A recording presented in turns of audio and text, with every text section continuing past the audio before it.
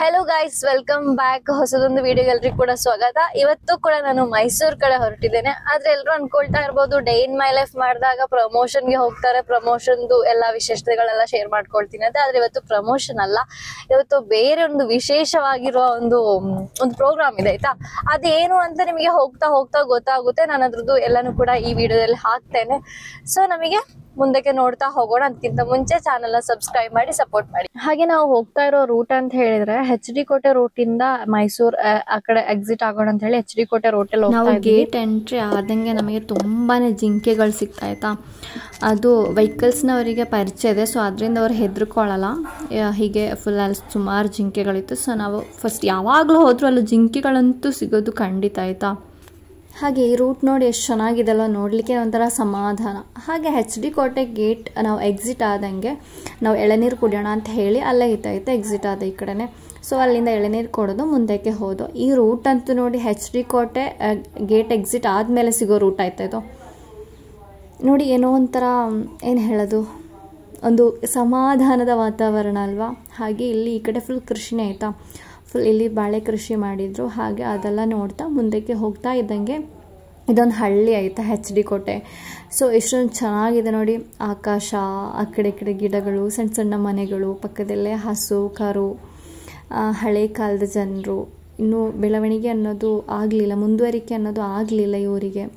So ನೋಡಲಿಕ್ಕೆ ಏನು ಹೇಳೋದು, ನಮ್ಮ ಟೌನ್ ಕಡೆ ಇರೋ ಲೈಫೇ ಅಲ್ಲ ಈ ಕಡೆ.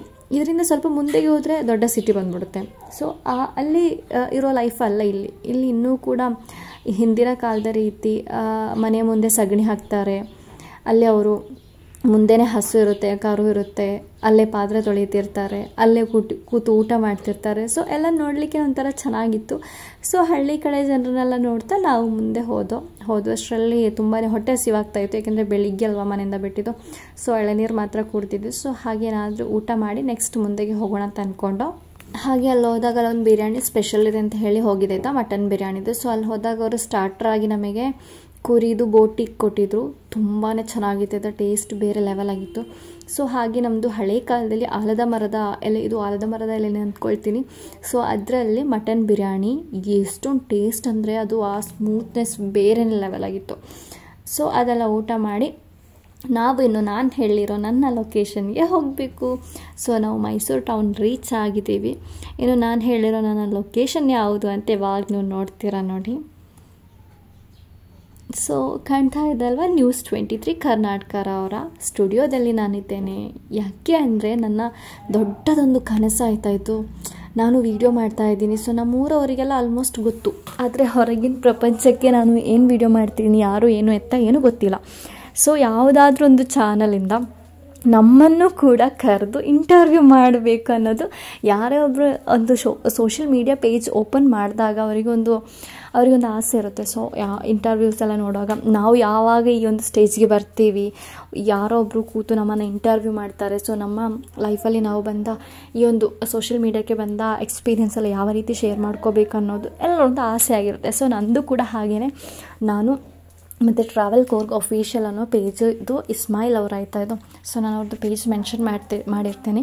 ನಮ್ಮಿಬ್ಬರನ್ನ ನ್ಯೂಸ್ 23 ಕರ್ನಾಟಕದವರು ಕರೆದಿದ್ರು. ಹಾಗೆ ಹೋಗಿ ಬಂದಾಯ್ತಾ. ನಾನು ನೆಕ್ಸ್ಟ್ ವೀಡಿಯೋ ಇಂಟರ್ವ್ಯೂದು ಪೋಸ್ಟ್ ಮಾಡ್ತೇನೆ, ನೀವು ನೋಡಿ. ನೆಕ್ಸ್ಟ್ ಅದೆಲ್ಲ ಮುಗಿಸಿ ಖುಷಿಯಾಗಿ ಏನು ಹೇಳೋದು, ಏನೋ ಒಂಥರ ಖುಷಿ ಆಗೋಯ್ತೈತೆ ನಿಜ ಹೇಳಬೇಕು ಅಂದರೆ. So interview video next post ಮಾಡಿರ್ತೀನಿ ನೋಡಿ. ಅದಾದಮೇಲೆ ನಾವು ಮೈಸೂರು ಮಾಲ್ಗೆ ಬಂದಿದ್ದು. ಮಾಲ್ ಹೋಗಿ ಅಲ್ಲಿ ಫಿಶ್ದು ಮಸಾಜ್ ಇತ್ತು ಕಾಲಿಗೆ. ಸೊ ನೋಡಿದಾಗ ಏನೋ ಒಂಥರ ಮಾಡಬೇಕು ಅಂತ ಅನಿಸ್ತು. ಸೊ ಅದೆಲ್ಲ ಮಾಡಿಸಿದಾಯ್ತಾ. ಅಷ್ಟರಲ್ಲಿ ಈವ್ನಿಂಗ್ ಆಗೋಗಿತ್ತು. ಸೊ ನಾವೇನಾದರೂ ತಿಂದು ಇಲ್ಲಿಂದ ಹೊರಡಬೇಕಿತ್ತು. ಸೊ ನಾವು ಹಾಗೆ KFC ತಿನ್ನೋಣ ಅಂತ ಹೇಳಿ ಮಾಲ್ ಒಳಗಡೆ ಹೋದೋ. KFC ತಿಂದು ನಂತರ ಅಲ್ಲಿಂದ ನಾವು ಬಿಟ್ಟು ಅಷ್ಟರಲ್ಲಿ ಟೈಮ್ ಆಗಲೇ ರಾತ್ರಿ ಆಗೋಗಿತ್ತು.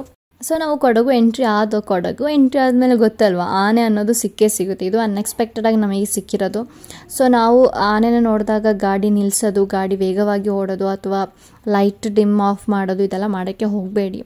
ಆನೆನ ಸಿಕ್ತು ಅಂತ ಹೇಳಿದರೆ ನಾವು ಯಾವ ಸ್ಪೀಡಲ್ಲಿದ್ದೀವಿ, ಯಾವ ಲೈಟಲ್ಲಿದ್ದೀವಿ, ಸೇಮ್ ಅದೇ ಇದರಲ್ಲಿ ಹೋಗಿ ನೀವು ಅದನ್ನು ಡಿಸ್ಟರ್ಬ್ ಮಾಡಲಿಕ್ಕೆ ಆಗಿರಬಹುದು, ಅಥವಾ ಅದನ್ನು ಕರೆಯೋದು, ಅದನ್ನು ಏನು ಹೇಳೋದು, ಹಾರನ್ ಮಾಡಿ ಅದನ್ನು ತೊಂದರೆ ಕೊಡೋದು, ಅದೆಲ್ಲ ಮಾಡಬೇಡಿ. ಅದೆಲ್ಲ ಮಾಡಿದರೆ ರಿಟರ್ನ್ ನಿಮ್ಮ ಮೇಲೆ ಬಂದೇ ಬರುತ್ತೆ. ಕಾಡಾನೆ ಇದು, ಸಾಕಾನೆ ಅಲ್ಲ.